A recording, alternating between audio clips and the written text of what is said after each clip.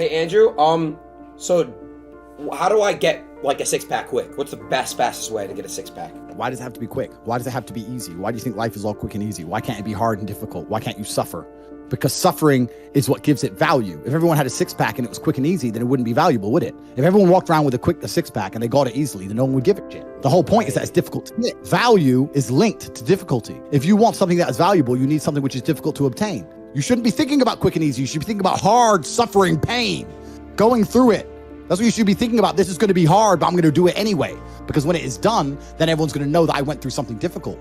Nobody, absolutely nobody, gives a fuck about you as much as you're going to have to give a fuck about yourself. Nobody cares about you as much as they need to care to fix your life. But nobody is going to come to your bed, drag you out of bed, drag you to a job, force you to work hard. You are never going to have any of the things you want if you do not get them yourself. The only person who's going to make me happy and live a life that I want to live is me.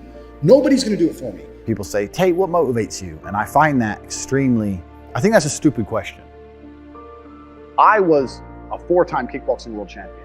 For 12 years, I trained 5 hours a day, 6 days a week. And I was motivated to train probably about 25% of the time. The rest of the time I went because I am disciplined. If I wake up and I'm unhappy, I will do the exact same things as if I am happy. I will go to the gym the same. I will work the same. How I feel has no impact on how I live my life. We're grown-ups and we have responsibilities and we have problems and we have pressure, and you don't necessarily have to be happy to perform, and happiness will come at the end of the performance anyway.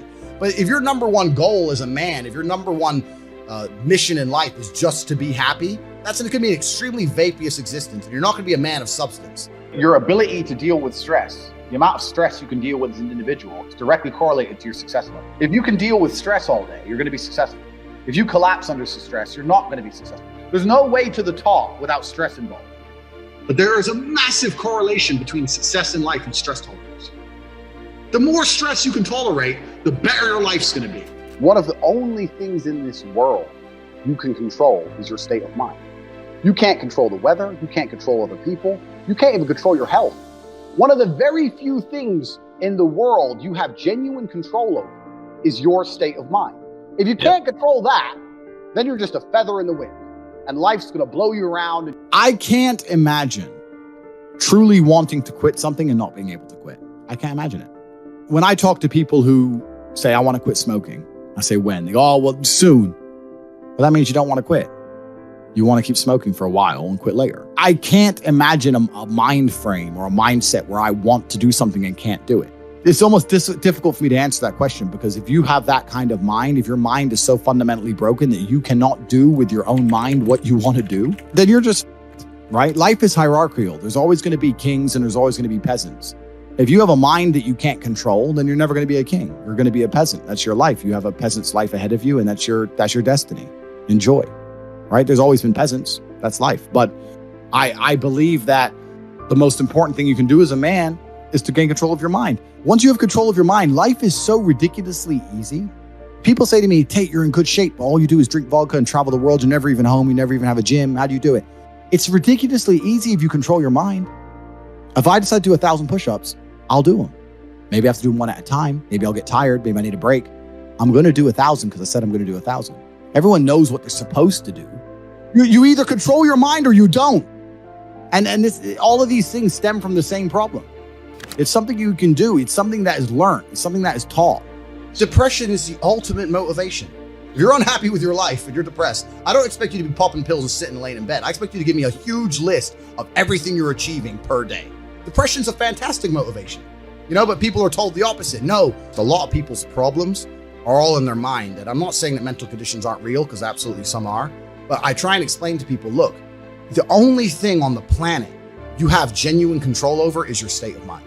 You can't control the weather. You can't control anything. The only thing you can affect in genuine real time is how you feel in your head.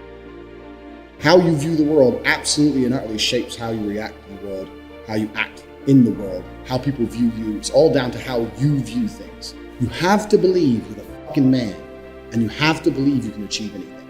I'm not saying you can achieve anything easily. I'm not saying it's not going to take a whole bunch of work. I'm not saying it's going to happen quickly, but you have to believe you can achieve anything. When I tell people that you are the sum of the 5 people you spend the most time with, everyone agrees. They go, yeah, that's probably true. And then they continue to hang around with people who they don't want to be. Why? There has to be a point where you sit and go, okay, you're my friends, et cetera, et cetera. I love you guys. Yeah, we can talk, whatever. But I'm on a different life path. You have to leave some people behind. If you were to come hang around with me and my crew, you would be self-conscious. And that self-consciousness would motivate you, or they would certainly instill the discipline required for you to change. You don't feel self-conscious amongst your peers. That's why you don't change. When I was broke, I couldn't sleep. And I say that, people laugh. I'm not joking. When I wanted money, like fucking I needed air. People say to me, I want to be rich. And I say, okay, well, I want to be able to ice skate, but I don't want to be able to ice skate enough to go learn how to ice skate because I can't be bothered. I mean, surely if I could click my fingers and be a figure skater, I'd click my fingers. Who wouldn't? But I don't want to actually go train because I don't want it enough. And this is the exact point with money. Everyone wants money put on their lap. If you truly wanted money, you wouldn't be able to sleep until you fucking had it. And this is the point. Because when I had nothing, I couldn't be distracted. You couldn't distract me from what I wanted. Life when you're young is a completely different experience to life when you're old. When you're older, your life quality seriously decreases, massively. So you have about 10 to 15, maybe 20 years to find a way to get rich and enjoy being rich. And you got to put it all together and you got to do it quick.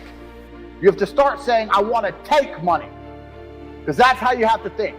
You don't make it, you take it. So you have to start talking that way. You got to take money. Is that money isn't real. Money is like water. Money never stays still. If you can find and identify a place where money is moving, if you can find a place where money is moving and stand in the way, then the money is vulnerable. Problem is with the people out here, everyone has a dream, but not many people have a plan. A good plan today is better than a perfect plan tomorrow. You got to do something. You got to do something fast. Yeah. You're just sitting around talking about it and hoping for things to get better. I don't think living in a dream is going to help you in any way. I think you need to be sitting here panicking at the fact that you don't have enough money. You need to be concerned and worried and sad, and you need to do something about it today. Because that's how I started my first business that made me $1 million. I sat in my room, pissed off, and I fucking came up with the idea. Most people see people with things they want and they don't do the second half. They don't try and work out how they got that thing. Oh, my man has a Ferrari. Okay. I wish I had a Ferrari. Okay. They don't sit there and go for an hour. How did he get a Ferrari? It doesn't cross that part is the part they don't want to do, right? They just go, oh, he has a Ferrari. Wish I had a Ferrari. And they go back to TV. Yeah. And that's why they lose. You need to understand that in this world, there's a whole bunch of people doing amazing shit that you are not doing. And that needs to piss you off. Because if it pisses you off, you become motivated all of a sudden. You need to be annoyed, and I'm telling you to be angry. Anger is a fantastic force. You take that anger and you direct it in the correct direction. And listen, you may feel fired up for 10 minutes after this little talk, but you're not going to feel fired up forever. You need to put systems in place. You need to get discipline. You need to get an atmosphere of people around you who are going to keep you accountable and not make it easy for you to continue to be a fucking nobody. And then you're going to fix your life. Otherwise, you're going to stay a nobody. If you were genuinely pissed off about your situation, you would not need me to motivate you. You would motivate your fucking self, and you would do something to change it yourself. Motivation isn't real. Everyone says this. Motivation is not real. Discipline's real. I do not feel like training, but I still train because I'm a disciplined individual. You don't get to go through life only doing the things you feel like doing.